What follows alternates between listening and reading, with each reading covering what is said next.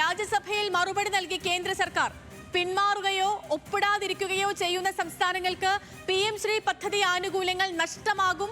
MOU ഒപ്പിട്ട ശേഷം കേരളം സ്കൂളുകളുടെ പട്ടിക നൽകിയിട്ടില്ല എന്നും കേന്ദ്ര സർക്കാർ.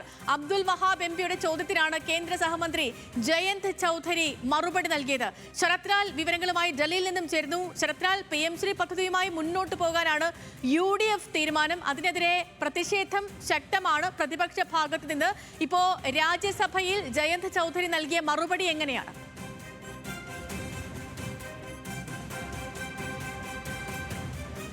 ഗുഡ് മോർണിംഗ് സരശ്മി. ജയന്ത് ചൗധരി നൽകിയ മറുപടി അത് മുസ്ലിം ലീഗ് MP ആയ അബ്ദുൽ വഹാബ് നൽകിയ ചോദ്യത്തിനാണ്. അതിൽ വ്യക്തമായി തന്നെ പറയുന്നുണ്ട് PM ശ്രീ പദ്ധതിയിൽ കേരളം ഒപ്പുവെച്ചിട്ടുണ്ട്. പിന്നെ PM ശ്രീ പദ്ധതിയിൽ ഒപ്പുവെക്കുന്ന സംസ്ഥാനങ്ങൾക്ക് അല്ലെങ്കിൽ PM ശ്രീ പദ്ധതിയിൽ ഒപ്പുവെക്കുകയും അല്ലെങ്കിൽ PM അത് നടപ്പിലാക്കുകയും ചെയ്യുന്ന സംസ്ഥാനങ്ങൾ അതിൽ നിന്ന് പിന്മാറിയാൽ ഈ ആനുകൂല്യങ്ങൾ ലഭിക്കില്ല എന്ന് വ്യക്തമായിട്ട് തന്നെ ആ മറുപടിയിൽ ജയന്ത് ചൗധരി വ്യക്തമാക്കുന്നുണ്ട്. ഇതിൻ്റെ അർത്ഥം എന്ന് പറഞ്ഞാൽ PMC പദ്ധതിയിൽ നിന്ന് MOU അതായത് ധാരണാപത്രം ഒപ്പുവെച്ചാലും പിന്മാറാൻ എന്നുള്ളതാണ്. അതായത് പിന്മാറാൻ കഴിയില്ല എന്നായിരുന്നു നേരത്തെയുള്ള UDF സർക്കാരിൻ്റെ VD സതീശനും അല്ലെങ്കിൽ മുസ്ലിം ലീഗ് മന്ത്രിമാരടക്കം വ്യക്തമാക്കിയിരിക്കുന്നത്.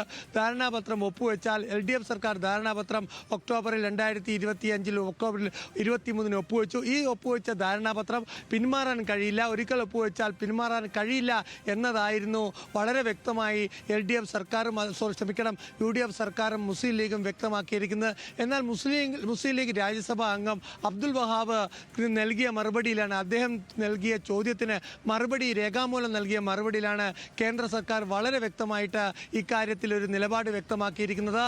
MOUയിൽ നിന്ന് പിന്മാറുകയാണെങ്കിൽ ഈ ആനുകൂല്യങ്ങളൊന്നും ലഭിക്കില്ല എന്നുള്ളതാണ് ആ മറുപടിയിലുള്ളത്. അപ്പോൾ പിന്മാറാൻ കഴിയുന്ന ഒരു വ്യവസ്ഥ കേന്ദ്ര സർക്കാരിലുണ്ട്, PM ശ്രീ പദ്ധതിയിലുണ്ട് എന്ന് നമുക്ക് ഇത് അങ്ങനെ വിലയിരുത്താൻ കഴിയും. PM ശ്രീ പദ്ധതിയിൽ നിലവിൽ പിന്മാറാൻ കഴിയില്ല എന്ന സർക്കാരിന്റെ വാദങ്ങൾക്ക് ഏറ്റൊരു തിരിച്ചടി തന്നെയാണ്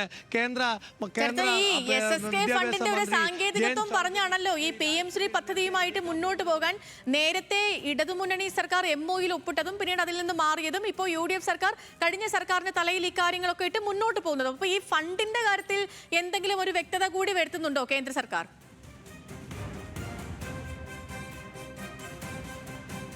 വളരെ വ്യക്തത വളർത്തുന്നുണ്ട്. കാരണം വളരെ വ്യക്തമായിട്ട് തന്നെ കേന്ദ്ര സർക്കാർ ഇത്തരമുള്ള ചോദ്യങ്ങൾക്ക് എല്ലാം കൂടി തന്നെ മറുപടി പറഞ്ഞിരിക്കുന്നത്.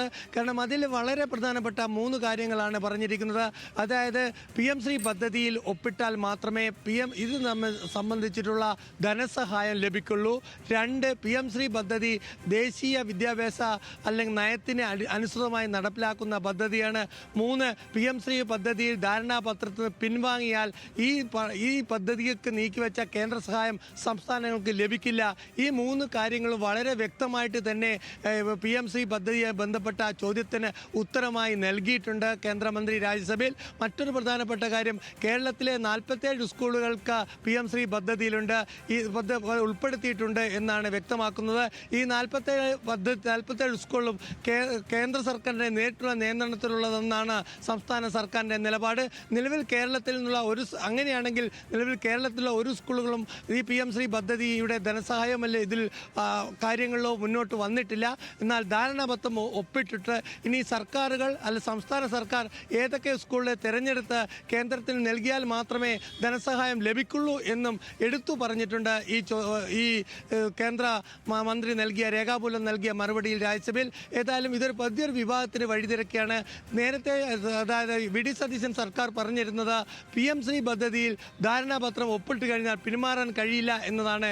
എന്നാൽ ഇപ്പോൾ കേന്ദ്ര സർക്കാർ രാജ്യസഭയിൽ വ്യക്തമാക്കിയിരിക്കുന്നത് പിന്മാറാൻ കഴിയും, പിന്മാറിക്കഴിഞ്ഞാൽ ഇതിൻ്റെ ആനുകൂല്യങ്ങളോ അല്ലെങ്കിൽ കേന്ദ്ര ഫണ്ടോ ലഭിക്കില്ല എന്നതാണ് വളരെ വ്യക്തമാക്കി. അത് സർവശിക്ഷാ അഭിയാനിൽ കിട്ടാനുള്ള പണമടക്കം യാതൊന്നും ലഭിക്കില്ല എന്ന കാര്യത്തിൽ യാതൊരു സംശയവുമില്ല.